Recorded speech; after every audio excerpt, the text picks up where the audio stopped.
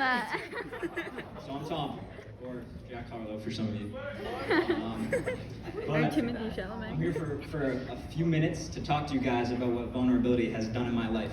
Come on. So we're going to start with a verse. This is Matthew 5:6. It says, "Blessed are those who hunger and thirst for righteousness, for they will be filled," or satisfied.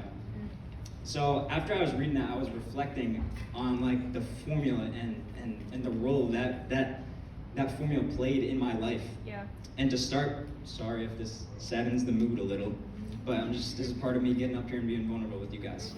So about 2 years ago, I was in the worst season of my life, like some deep, deep depression, to the point where I found myself questioning life a couple times. It was bad.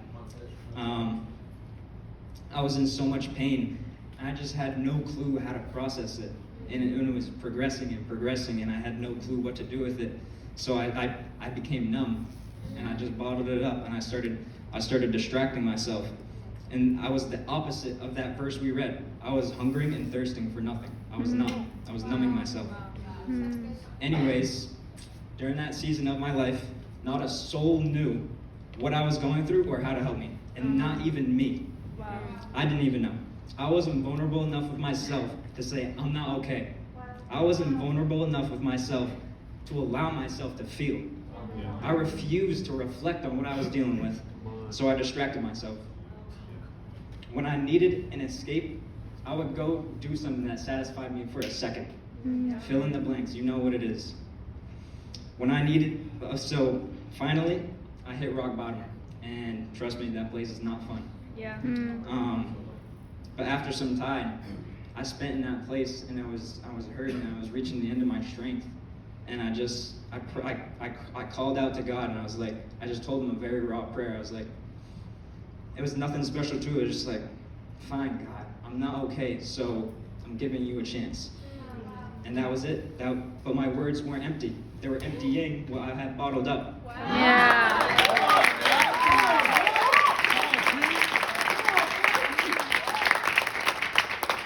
And from that point on, I stopped letting distractions deny my satisfaction. And bro, my filling didn't come from doing anything revolutionary. This is what I did. It took a sliver of vulnerability in my prayer and putting in some real effort into real healing. So this is what I did. I took out my Bible every day. I read a chapter out of Proverbs a day. It's not that long, it's like a page. Then I prayed about it. I contemplated how it could make me better, how it could apply to me, how could I apply it. And then I went to the next book and the next book. Every day I started making that my routine, and he started changing my numbness. I started asking him to change me instead of complaining for him to change the things around me.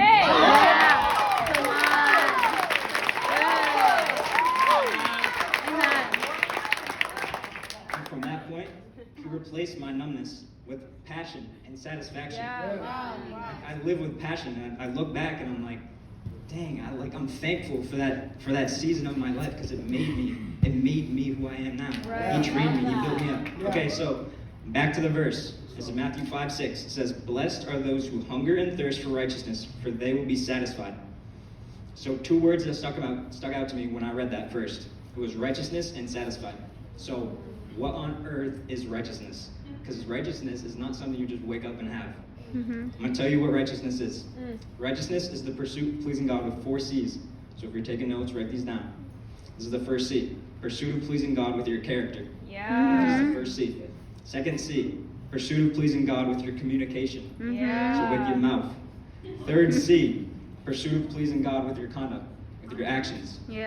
Fourth C is pursuit of pleasing God with your conscience. So your head and your heart.